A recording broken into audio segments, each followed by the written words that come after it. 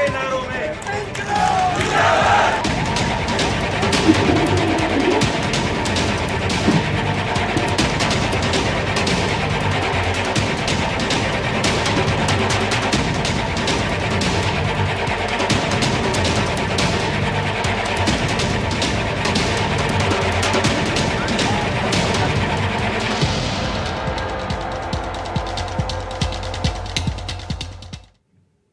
नमस्कार, आप सभी का स्वागत है। मैं हूं आपके साथ शुभेंदु सिंह। देवली उनियारा के समरावता गांव में थप्पड़ कांड के बाद जमकर बवाल हुआ। 13 नवंबर की रात जब पुलिस समरावता गांव पहुंची तो नरेश मीणा के समर्थकों ने पूरे इलाके में जमकर बवाल किया। कई गाड़ियों को आग के हवाले कर दिया तो कई जगहों पर जमकर तोड़फोड़ की गई। हालांकि दूसरे दिन यानी कि 14 नवंबर को पुलिस ने नरेश मीणा को गिरफ्तार कर लिया, लेकिन गिरफ्तारी के बाद भी समर्थकों का हंगामा बंद नहीं हुआ। गौर करने वाली बात तो यह है कि यह वही नरेश मीणा है जिस पर पहले से ही 23 मुकदमे दर्ज है और उनमें से एक मामला गैर जमानती था जिस पर अब तक वो फरार है। इस घटना से आरएस अधिकारियों में भारी नाराजगी है। सवाल यह है कि क्या नेताओं का इस तरह अधिकारियों को पीटना सही है? जब नेता ही ऐसे करेंगे तो फिर जनता आखिर उनके बीच में क्या मैसेज आएगा? और आज इसी मामले को लेकर के हम चर्चा करेंगे, लेकिन उससे पहले यह तस्वीर आप देख रहे हैं और साथ ही साथ आपको जरा ये तस्वीर दिखाते हैं। ये आप देखिए, ये उस वक्त की तस्वीर है जब नरेश मीणा को गिरफ्तार किया जाता है। एसडीएम को थप्पड़ मारता है नरेश मीणा और उसके बाद जो है वो पूरा घटनाक्रम तेजी के साथ बदलता चला जाता है। हंगामा होता है, आगजनी होती है, तोड़फोड़ होता है, पुलिस को वहां पर हल्का बल प्रयोग तक करना पड़ता है और काफी जो है तस्वीर देर रात तक बदलती हुई नजर आती है, बिगड़ती हुई नजर आती है। लेकिन उस सभी चीजों को सामान्य करने की कोशिश लगातार की जाती है। लेकिन इस सब के बीच में कई बयान सामने हैं। जरा बयान जब सामने आए हैं, नरेश मीणा इस पर क्या कह रहा है और बाकी के जो अधिकारी हैं, पुलिस अधिकारी का भी इस पर बयान सामने आया है। एक एक करके आपको सभी वो बयान दिखाते हैं।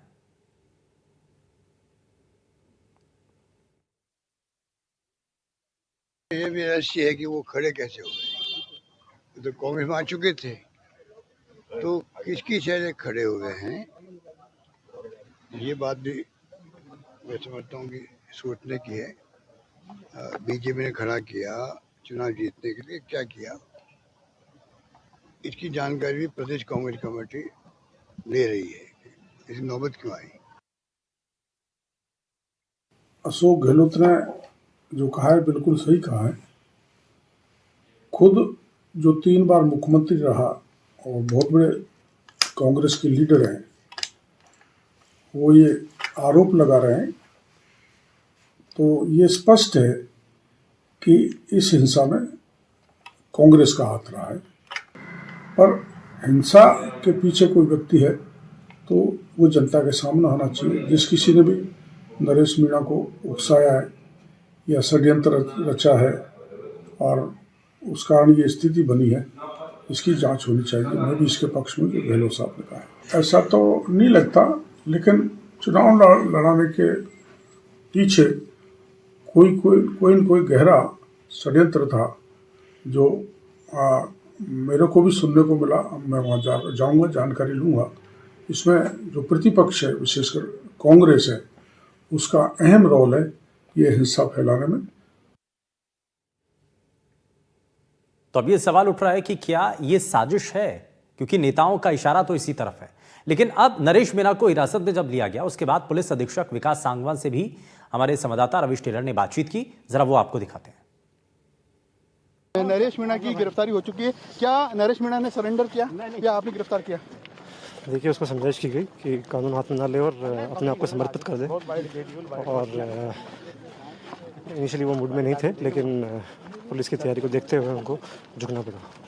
अब कहाँ लेकर गए सर और किन किन मुकदमे में? जो भी धाराएं इनके लगेंगी, राजकार्य में बाधा, आगजनी करने के संबंध में, वो सब उन पे जो भी विदित हो गए वो कार्रवाई की जाएगी। पुराने और मामले थे जिनके लिए वो वांछित चल रहे थे? डेफिनेटली उन सब का भी रिकॉर्ड मंगवाया गया है और उनमें भी गिरफ्तारियाँ होगी। टोटल अब तक कितनी गिरफ्तारी हो चुकी है? काफी डिटेल में 50-60 लोग डिटेल में, बाकी आगे जो भी इसमें एक्चुअली इन्वॉल्व होंगे उनकी गिरफ्तारियाँ की जाएंगी। बहुत सारे सवाल हैं। आपके मन में भी सवाल होगा कि आखिर एक नेता की ये दबंगई कितनी भारी पड़ गई, पहले तो एक अधिकारी को थप्पड़ मार दिया और उसके बाद यहां इतना बड़ा हंगामा हो जाता है। अब जरा आपको ग्राफिक्स के जरिए कुछ आपको तस्वीर दिखाने की कोशिश करते हैं।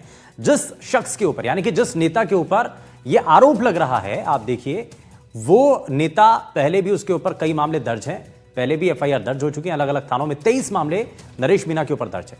23 में से 7 मामलों की जांच पूरी हो चुकी है, गिरफ्तारी बाकी है और 16 मुकदमों में प्रकरण कोर्ट में लंबित है। मारपीट, सड़क जाम, काम में बाधा पहुंचाने के केस पहले से दर्ज है नरेश मीणा के ऊपर। 2023 में 12 में मारपीट की गई, गैर जमानती प्रकरण, ये पूरा मामला सामने आता है। 12 में मारपीट के मामले में तो बेल जो है वो नहीं और फरार बताया जाता है। तो यानी कि जिस मामले के अंदर कोई शख्स, कोई नेता फरार चल रहा है और उसके बाद वो एक बार फिर से हंगामा करता है, उसी के ऊपर आरोप लगते हैं। ये कहा जाता है कि उसके जो समर्थक हैं वो इस सबके पीछे दिखाई देते हैं।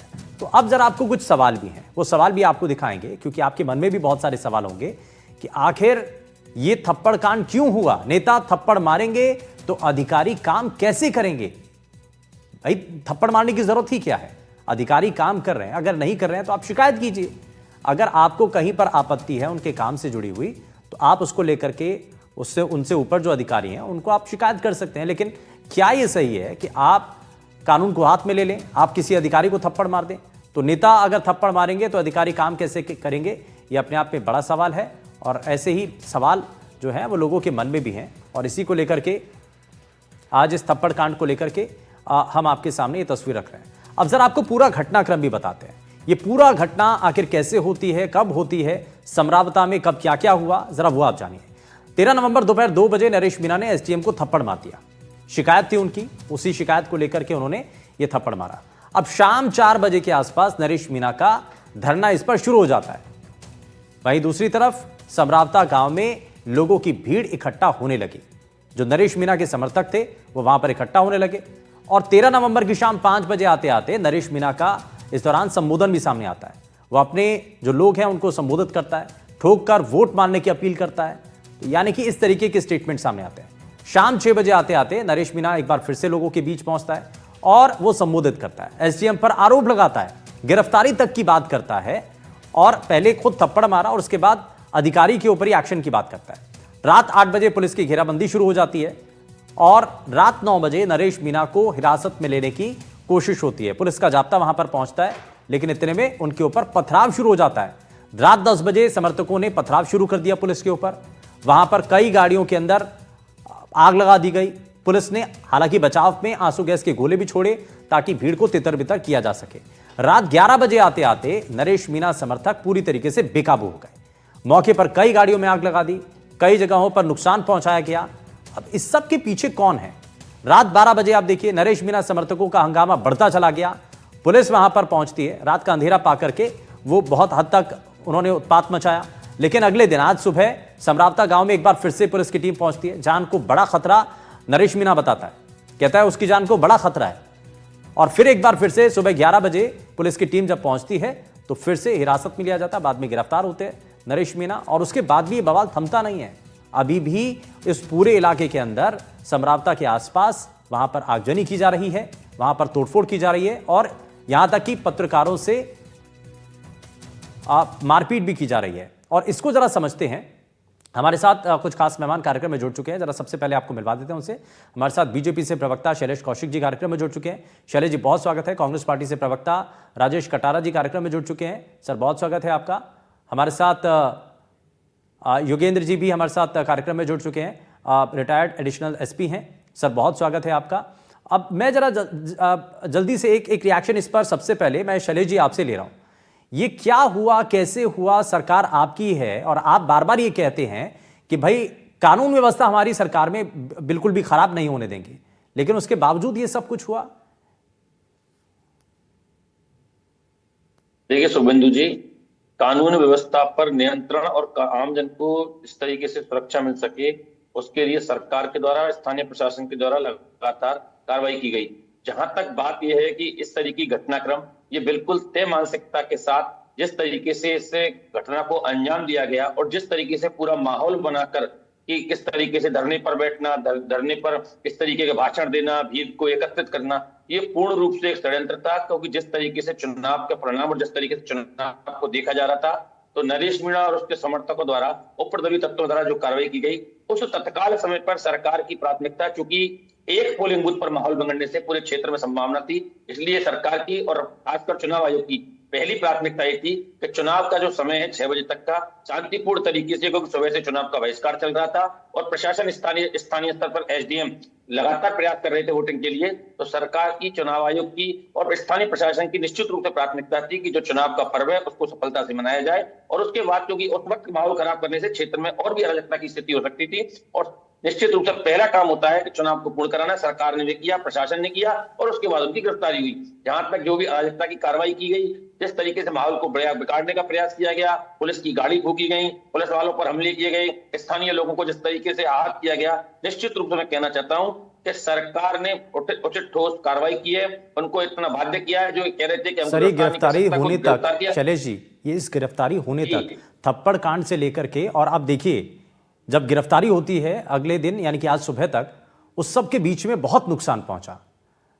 पहली बात तो यह कि अधिकारी को थप्पड़ मारने का अधिकार कैसे मिला और क्या इतने दबंग हो गए नेता, और दूसरी चीज ये कि सर वहां पर आप देखिए आगजनी की गई, उसका जिम्मेदार किसको माना जाए। और पुलिस वहां पर जब मौजूद थी, रात में गिरफ्तारी नहीं हो पाई, पथराव हो जाता है, आंसू गैस के गोले तक छोड़ने पड़ते हैं, लेकिन फिर भी स्थिति काबू में नहीं आती है।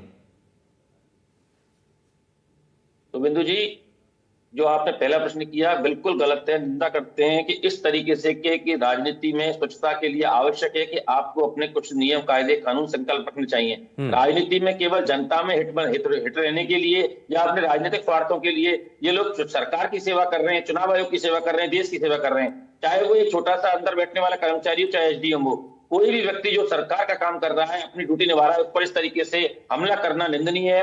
और मैं निश्चित रूप से भारतीय जनता पार्टी के प्रवक्ता होने के नाते इसकी निंदा करता हूं। लेकिन दूसरी बात यह है कि आप देखिए कि जो समय अंतराल था, अगर आप एक बात ये भी देखिए, वरिष्ठ पुलिस अधिकारी बैठे हैं कि तत्काल समय में प्राथमिकता भी तय होती है। प्राथमिकता ये थी किस तरीके से चुनाव का 6 बजे का है, चुनाव करवाया जाए, क्योंकि जो लोग चाहते हैं कि माहौल बिगड़े, एक बूथ से अगर दूसरे बूथ तक और दूसरे बूथ से 10 बूथ तक हवा बिगड़े, उसको प्रयास के लिए आवश्यक है कि इस बूथ पर वोटिंग कराकर पहले चुनाव के काम को पूरा किया जाए, बाद में रणनीति। और हर समय प्रशासन प्रायोरिटी के साथ काम करता है। पहली प्रायोरिटी थी चुनाव कराना, चुनाव कराने के बाद जिस तरीके से कार्रवाई की वो सबके सामने। और मैं कहना चाहता हूं, चाहे 50 हो चाहे 100, लेकिन प्रायोरिटी तो ये भी होती है कि नुकसान ना पहुंचे, लोगों में डर ना फैले, लेकिन वो तो हुआ ना। मैं वापस इस पर जवाब लूंगा आपसे, लेकिन राजेश कटारा जी को जोड़ रहा हूं। राजेश जी, इस सबके पीछे नजर क्या आ रहा है? क्योंकि कांग्रेस पार्टी के बड़े नेता, पूर्व मुख्यमंत्री अशोक गहलोत साहब ये कह रहे हैं कि सबके पीछे जांच होनी चाहिए, पता तो चले कौन है इसके पीछे। वो तो साजिश बता रहे हैं इसके पीछे। देखिए, राज्य में चाहे कानून व्यवस्था हो, चाहे जल प्रबंधन हो, चाहे बाढ़ राहत हो, चाहे बिजली प्रबंधन हो, हर मोर्चे पे सरकार विफल हो चुकी है। एक निर्दलीय प्रत्याशी को मैनेज नहीं कर पाए। अब कह रहे घोर निंदा करते हैं। सरकार का काम निंदा करना नहीं है, सरकार का काम एक्शन लेना है। ये घर में बैठे हुए आदमी के ये बता देती है बीजेपी सरकार कि कहां किसके पास ब्लैक मनी है, काला धन है, किसने क्या किया। इनको ये पता नहीं इतना बड़ा षड्यंत्र हो गया उस बूथ पर कि पुलिस से भी मारपीट हो गई। इंटेलिजेंसी कहां थी इनकी? कहां सरकार क्या काम कर रही है? सरकार क्या चुनाव लड़ने के लिए सरकार काम कर रही है? इस तरह के भयभीत माहौल बना दिया। वहां आम जनता को कितना नुकसान पहुंचा, आम जनता कितनी भयभीत हुई। आप बताइए, रात में जिस तरह से आंसू गैस के गोले छोड़े गए, ये आम आदमी पे, ये नहीं कि किसी अपराधियों पे है, उसी पे आम आदमी को ये भुगतना पड़ा। तो सरकार कहां सो रही है? ये पूरी तरह से थोड़ा सा अच्छा राजेश जी, आप जो आरोप लगा रहे हैं, ठीक है, वो तो सवाल मैं कर ही रहा था उनसे, बीजेपी के प्रवक्ता से मैंने यही सवाल पूछा। लेकिन आप भी तो बताइए, नरेश मीणा है कौन? कौन है, जरा इसके बारे में प्रोफाइल तो बताइए थोड़ा सा। देखिए, कौन है ये? इनकी प्रोफाइल सरकार को देखने की जरूरत है। हाँ, आप भी तो बता दीजिए ना कौन है ये। सरकार देखिए, जो है नरेश मीणा, सरकार नहीं, लोगों को भी तो पता चले ना कि हैं कौन वो। आज फॉर्म भरा, उन्होंने फॉर्म भरा, चुनाव लड़ने से यहाँ तक सरकार की जिम्मेदारी बनती है। हाँ। वो तो सब जानते हैं, आप भी जानते हैं और भी सब जानते हैं, परंतु ये काम सरकार का है। सरकार को देखना चाहिए था किस तरह से ये। अब आपकी पार्टी के बड़े नेता ये कह रहे हैं कि इसके पीछे कौन है, ये जांच होनी चाहिए, साजिश की नजर आ रही है इसमें। कौन सपोर्ट कर रहा था उनको? नरेश मीणा को कौन सपोर्ट कर रहा था? जांच होनी चाहिए, ये जांच का विषय है, जांच प्रशासन करेगा। परंतु जो सरकार की जो उदासीनता है, सरकार जो निष्क्रिय रूप से काम कर रही है, आज दिखा दिया उन्होंने कि सरकार क्या करना चाहिए? सरकार नहीं है, सरकत है करना आपके लिहाज से क्या करना चाहिए था? मतलब जब तक वोटिंग चल रही थी तभी जाकर के उसको गिरफ्तार कर लेते नरेश मीणा को और हंगामा हो जाता। आप ये कहना चाहते हैं? पहले उन्होंने कोई शिकायत, उन्होंने कोई शिकायत करी थी, उस शिकायत पे एक्शन लेना चाहिए था। सरकार के बहुत लंबे हाथ होते हैं, पूरा प्रशासन होता है उनके पास में। आज एसडीएम इतना बड़ा पद होता है, राजस्थान का सबसे बड़ा पद एसडीएम का ही होता है, उस पर इस तरह की हाथापाई हो जाए तो इनकी इंटेलिजेंसी कहाँ थी? कहाँ था प्रबंधन का? चुनाव प्रबंधन की बात करते हैं, वो कहाँ गायब हो गया? कांड होने के बाद में फिर इस तरह की बात, उससे पहले क्यों नहीं ये जागरूक हुए कि यहाँ कुछ हो सकता है? इतनी पुलिस है आपके पास में, इतना प्रशासन है आपके पास में, ये सब कुछ देखने को मिला। कितना मतलब राजस्थान को कितना शर्मिंदा होना पड़ा है, चुनाव आयोग को भी शर्मिंदा होना पड़ा इस बात को लेकर के। प्रबंधन पूरी तरह फेल, सरकार का इकबाल ही खत्म हो चुका है। ठीक है, मैं इस पर जरा मैं काउंटर रिएक्शन लूंगा शैलेश जी से, लेकिन मैं जरा इस पर एक जवाब मैं लेना चाह रहा हूं योगेंद्र सर से। योगेंद्र सर, बार बार ये कहा जा रहा है कि पुलिस और सरकार जो है वो इस पर तत्परता से काम नहीं करा, ये बड़ा आरोप लगाया, लेकिन उस स्थिति को जरा समझना बड़ा जरूरी है कि जब ऐसी सिचुएशन बनती है, एक तरफ वोटिंग चल रही है, चुनाव चल रहा है, और दूसरी तरफ अगर इस तरीके का कोई घटनाक्रम हो जाता है तो प्रायोरिटी क्या होती है, प्राथमिकता क्या है? पहले शांतिपूर्ण तरीके से मतदान करवाना या उसी वक्त कोई कार्रवाई कर देना? देखिए शुभेंदु जी, मैंने पूरे प्रकरण को रात से देखा है अच्छी तरह से। जब एक ऐसा कॉग्निजेबल ऑफेंस वहां हो गया कि उसने चांटा मार दिया, पुलिस के डीवाईएसपी वहां मौजूद है, पुलिस वहां मौजूद है, तो सबसे पहले उस व्यक्ति को वहां से उठा करके उसको अन्यंत्र ले जाना बहुत जरूरी था, तो ये पुलिस वालों ने नहीं किया। अब ये क्यों नहीं किया ये मैं नहीं कह सकता। अब दूसरी बात यह है कि कुछ समय से, कोई 10-20 साल से मैं देख रहा हूं कि राजनीतिक उद्देश्यों की पूर्ति के लिए पोस्टिंग होती है, राजनीतिक लोग अपने अपने फायदे के लिए पोस्टिंग कराते हैं, सबको इस चीज की जानकारी होने लग गई है। अब जब ये चुनाव की प्रक्रिया होती है तो कौन आदमी किस राजनीतिक पार्टी के द्वारा लगाया गया है, किसने किसके ऊपर किसका समर्थन प्राप्त है, ये सारी की सारी चीजें देखी जा सकती है। अभी आपको मैं बताऊं, ये पार्टियां चाहे कुछ भी न कहें, लेकिन एक पार्टी का इस व्यक्ति के पीछे समर्थन जरूर था, तब जाकर के इसकी इतनी हिम्मत हो गई कि एसडीएम के चांटा मार दिया, अन्यथा इसकी हिम्मत थोड़ी होती कि चांटा मार देता ये। दूसरा ये था, जब पुलिस वहां मौजूद थी, चांटा मार दिया गया, तो इस व्यक्ति को पकड़ के क्यों नहीं ले गए? ऐसा थोड़ी है कि साहब अभी यहाँ अव्यवस्था फैल जाएगी, हम इसको बाद में भी गिरफ्तार कर लेंगे। फिर बाद में कैसे गिरफ्तार कर लेंगे? फिर भीड़ ज्यादा इकट्ठी हो गई और गिरफ्तार किया तो फिर क्या हुआ? फिर वो छुड़ा करके ले गए। बात यह है कि राजनीतिक लोग सत्यता को अपने परे रखते हुए असलियत वाली बात नहीं करते हैं। ये किसी का समर्थन करते हैं, किसी का विरोध करते हैं। इनको जो चीज अच्छी लगती है वो इनके अनुकूल होती है, जो चीज अच्छी नहीं लगती इनके प्रतिकूल होती है। आप देखिए, ये चांटा एसडीएम के गाल पे नहीं था, ये चांटा जो मौजूदा सरकार है इसके गाल पे चांटा है ये। अगर ये अभी भी नहीं सतर्क हुए तो ये लोग देख लेना, ये 4 साल नहीं निकलने देंगे लोग। आप देखिए, कल रात को वो वीडियो कॉलिंग करता है, वीडियो में बोलता है, अपने इलाके के लोगों के लिए कहता है, आप लकड़ी लाइए, आप लठ लाइए, आप जेली लाइए, आप जो भी आपके घर में मारने पीटने संबंधी हथियार हैं वो लेके आइए और पुलिस से 2-2 हाथ करेंगे। पुलिस वाले तैयार हो जाए, जितनी भी फोर्स से आ जाए मैं देखूंगा। फिर आपको क्या चाहिए शुभेंदु जी? इसके अलावा सरकार को क्या सावचेत करने के लिए क्या चाहिए था? फिर मूक दर्शक बने खड़े रहे, और फिर जब वो उसको गिरफ्तार कर लिया तो उसको छोड़ दिया या छुड़ा ले गए, ये क्या बात होती है? क्या उसमें कोई पुलिस वाले घायल हुए? 1 या 2 पुलिस वाले के चोट लगी, बाकी कुछ नहीं हुए, और वो आदमी अपने आप भीड़ के अंदर चला गया। आप देखिए, आज आगजनी हो रही है, लूटपाट हो रही है, सरकारी गाड़ियों में आग लगा दी गई है। आप ये समझ रहे हैं ये क्या है? ये हमारे प्रजातंत्र नहीं है, ये गदर तंत्र की पहचान है। अब एसपी, आप अभी एसपी से पूछ रहे थे आपके चैनल पे कि इतना अपराधी था, इतने मुकदमे थे, इतने वारंट थे, तो अब वो क्या कह रहे हैं? सांप निकल गई, लाठी पीटेंगे अब हम अब उसको गिरफ्तार करेंगे, अब हम उसके वारंट को भी देखेंगे। क्यों भाई? पहले जब चुनाव होते हैं हर एसपी अपने अपने इलाके के अपराधियों को टटोलता है, अपने अपने इलाके के अपराधियों को उनका ब्यौरा इकट्ठा करता है, उसमें वारंट आते हैं। क्या इस जो एमएलए का चुनाव लड़ रहा था इसका वारंट नहीं था क्या? कहाँ लिखा हुआ है ठीक है कि अगर कोई चुनाव लड़ रहा है उसका वारंट है तो उसको गिरफ्तार नहीं करेंगे? ये कौन बताइए, पूछ के आप बताइए। बिल्कुल, और पहले से मामले दर्ज थे। लिखा हुआ है, किस कानून में लिखा हुआ है कि अगर उसका वारंट गिरफ्तारी है किसी एमएलए का और वो चुनाव लड़ रहा है, कैंडिडेट है, तो उसे गिरफ्तार नहीं करेंगे? इन्होंने क्या कर रखा है जी? राजनीतिक लोगों ने अपनी मोनोपोली बना रखी है।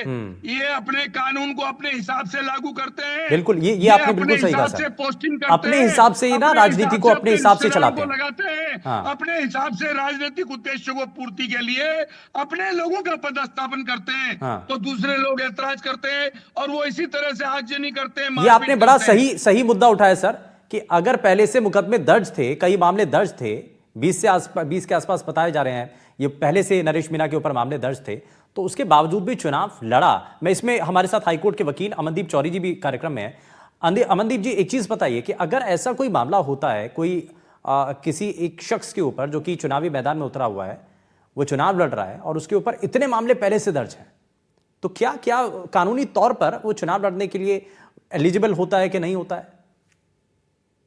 नमस्कार शुभेंदु जी। देखिए, हमारे जो संविधान का मैं कहूंगा एक बहुत बड़ा दुर्भाग्य ये है कि कोई व्यक्ति अगर हत्या की सजा भी जेल में काट रहा है तो भी वो चुनाव में खड़ा हो सकता है। आपको नौकरी नहीं मिलेगी जीवन भर, सरकारी नौकरी हो सकता है, प्राइवेट नौकरी नहीं मिलेगी अगर आपको चोरी की भी सजा हो गई। लेकिन संविधान आपको ये ताकत जरूर देता है, आपको ये ऑप्शन देता है कि आप अगर कितना भी बड़ा अगर आपने ऑफेंस कर रखा है फिर भी आप चुनाव में खड़े हो सकते हैं। इसका उदाहरण है कि हमने देखा अभी अमृतपाल, जो तिहाड़ जेल में रहते रहते चुनाव जीत गया। हमने देखा इंजीनियर रशीद जो है कश्मीर के अंदर, वो जेल से चुनाव लड़ा और एमपी का चुनाव जीत गया। तो मेरा ये पर्सनली बीइंग एन एडवोकेट, मेरा ये मानना है कि जब तक जो कैंडिडेट्स खड़े हो रहे हैं, आज आप नरेश मीणा का आपने ट्रैक रिकॉर्ड दिखाया कि वो एक मुकदमे में फरार है और 23 में उस पर मुकदमे चल रहे हैं। अगर ऐसे कैंडिडेट जीत जाएंगे, फॉर एग्जाम्पल ऐसा ना हो, अगर ऐसे कैंडिडेट कभी जीत गया तो जीतने के बाद वो आम जनता के साथ क्या करेगा, ये आप अच्छी तरीके से सोच सकते हैं। तो जब तक एक टाइट स्क्रूटिनी नहीं होगी कि भाई जो कैंडिडेट खड़ा हो रहा है उसका पास्ट रिकॉर्ड क्या है, जब तक उसकी गाइडलाइंस नहीं होंगी, टफ स्ट्रिक्ट गाइडलाइंस नहीं होंगी, मामले दर्ज हैं और जो बीते रोज से हुआ, ये सब कुछ एक ही तरफ तो इशारा कर रहे हैं। भई आखिर इतनी आगजनी हुई, इतनी तोड़फोड़ हुई, इतना नुकसान हुआ, इसका जिम्मेदार किसको माना जाएगा फिर? शैलेश जी, आपको नजर आता है, मैं इसमें यही जानना चाह रहा हूं, लोग भी ये जानना चाहते हैं कि ये जो इतनी प्रॉपर्टी को नुकसान पहुंचा, इतनी आगजनी हुई, इतनी तोड़फोड़ हो गई, पुलिस के ऊपर कोई हमला कर देता है, एक अधिकारी को थप्पड़ मार देता है कोई, तो ये कोई छोटी मोटी बात नहीं है सर। इस पे आपको लगता है कि थोड़ी सी ढिलाई रह गई? देखिए, जिस तरीके का घटनाक्रम हुआ, मैं पहले भी कह चुका हूं कि ये छोटी समझी राजनीति के तहत, और जैसे कांग्रेस के मित्र तमाम आरोप लगाए, मैं पूछना चाहता हूं, खुद उस प्रत्याशी ने कांग्रेस के सांसद हरीश मीणा पर आरोप लगाए कि मेरे खिलाफ जान से मारने की साजिश रची जा रही है, उस पर तो ये कुछ नहीं बोले। जहां तक ये बात आपकी बात है कि मैं कहना चाहता हूं कि कांग्रेस हो चाहे बीजेपी हो, राजनीति में स्वच्छता के लिए पहली बात तो जो वकील साहब कह रहे थे, राजनीति में स्वच्छता के लिए आवश्यक है कि कुछ भी चुनाव के संशोधन हो। चुनाव में जिस तरीके से अभी ये 2 साल से ऊपर का नियम है कि सजा याफ्ता जब 2 साल से ऊपर की बजाय चुनाव नहीं लड़ पाएंगे, इसमें आवश्यक है कि निश्चित रूप से और स्वच्छता होनी चाहिए। कम से कम राजनीति में ऐसे लोग ना आ पाए जो इस तरीके की कार्रवाई कर रहे हैं, क्योंकि अफसर, मैंने पहले भी कहा था, अफसर चाहे एसडीएम हो, चुनाव कराने वाला छोटा सा एक अंदर कर्मचारी हो, चाहे पुलिस का कांस्टेबल हो, चाहे एसपी हो, अगर इस तरीके से घटनाक्रम के द्वारा नेताओं के माध्यम से किए जाएंगे तो इस तरीके के परिणाम सार्थक नहीं आएंगे और एक माहौल भी खराब होने की कोशिश होगी। और जो कोशिश थी उसको सार्थक, उसको किस तरीके से नियंत्रित किया सके, सरकार की पहली प्राथमिकता थी और सरकार ने किया। और जिस तरीके से रात में जो उन्होंने चैलेंज दिया कि हमको गिरफ्तार नहीं कर सकते, भारतीय जनता पार्टी की सरकार, भजन लाल जी की सरकार ने सब उन चैलेंज को स्वीकार करते हुए उनको गिरफ्तार भी किया। और जिस तरीके से मैं फिर कह रहा हूं कि चाहे 50 हो, 60 हो, 100 हो, जिन लोगों ने इस उपद्रव को, जिन लोगों ने अराजकता को अंजाम दिया है, वो सब लोग सलाखों के अंदर जाएंगे। इस सरकार में कानून से ऊपर कोई नहीं है। शैलेश जी, एक चीज बताइए, कई वहां पर मोटरसाइकिलों में आग लगा दी, कई गाड़ियों में आग लगा दी गई, ये जो नुकसान हुआ ना लोगों को, इसकी भरपाई कौन करेगा फिर? देखिए, इसकी यही तो बात है कि जो अराजक स्थिति, अब जो कानून इन लोगों के खिलाफ इतनी कार्रवाई करेगा कि लोग कांपेंगे, सोचेंगे किस तरीके से इस घटना को अंजाम दिया, इस तरीके से नहीं करना चाहिए। क्योंकि जो घटनाक्रम देखकर जो माहौल बिगाड़ने का प्रयास किया, उसकी सजा विधि एवं कानून सम्मत निश्चित रूप से मिलेगी। ठीक है, मैं जरा एक रिएक्शन इस पर राजेश जी से लेना चाह रहा हूं।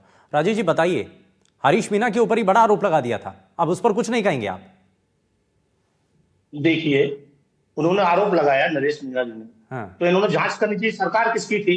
आरोप लगाया, पुलिस के लिए लगाया, किसके लिए लगाया? हरीश मीणा के लिए लगाया, तो इन्होंने जांच क्यों नहीं की? ये क्यों चुपचाप बैठे हुए हैं? ये बीजेपी सरकार एक ऐसी सरकार है, आप ऊपर से लेके नीचे तक देते हैं आप। ये कांड होने के बाद फिर सजा की मांग करते हैं। ये क्या डिसीजन पावर नहीं है, ये सरकार का डिसीजन पावर है ही नहीं। ये सरकार दिल्ली से चलती है, ये सरकार राजस्थान से नहीं चलती। यहाँ डिसीजन पावर नहीं है शुभेंदु जी, यहाँ डिसीजन पावर लेने वाला कोई नहीं है। यहाँ पर ये सरकार सारी दिल्ली से चलती है, ये सरकार नहीं अच्छी सरकार है। एक बार फिर साबित करते हैं ये बात लेकर के, ये सरकार नहीं चल रही है। एक एक करके एक काला कलंक धब्बा है राजस्थान में। ये सरकार राजस्थान से नहीं दिल्ली से चलती है, इनको डिसीजन यहाँ से नहीं ऊपर से लेना पड़ता है। ये बात है, तब इतना बड़ा कांड हो गया। इनको एक एक चीज मालूम रहती है, ये मालूम नहीं है क्या होने वाला है। इतने लोग जुट गए, इतने लोग इकट्ठे हो गए, कहाँ है आपकी इंटेलिजेंसी, कहाँ है आपकी पुलिस? आप कह रहे हो साहब जांच करेंगे। चलिए, लेकिन ये बड़ा दुर्भाग्यपूर्ण ये पूरी घटना हुई है और मुझे लगता है कि राजस्थान के इतिहास में ऐसा कभी नहीं हुआ। और जिस दिन वोट वहां पर चल रही है, वोटिंग चल रही है और वहां पर आकर के किसी अधिकारी को कोई नेता आकर के थप्पड़ मार दे, ये काले अध्याय के तौर पर है और हमेशा इसको याद रखा जाएगा। कि बहुत शुक्रिया सभी खास मेहमानों का कार्यक्रम में शामिल होने के लिए, अपना समय देने के लिए। लेकिन ये एक बड़ी तस्वीर है और राजस्थान के इतिहास की ये वो काली तस्वीर है जो कि कभी नहीं भुलाई जा सकती। अब इस पर देखना है कि कार्रवाई क्या होती है। यार रुकने एक छोटे से ब्रेक के लिए, आप कहीं मत जाएगा, बने रहिए एनडीटीवी राजस्थान के साथ। नमस्कार।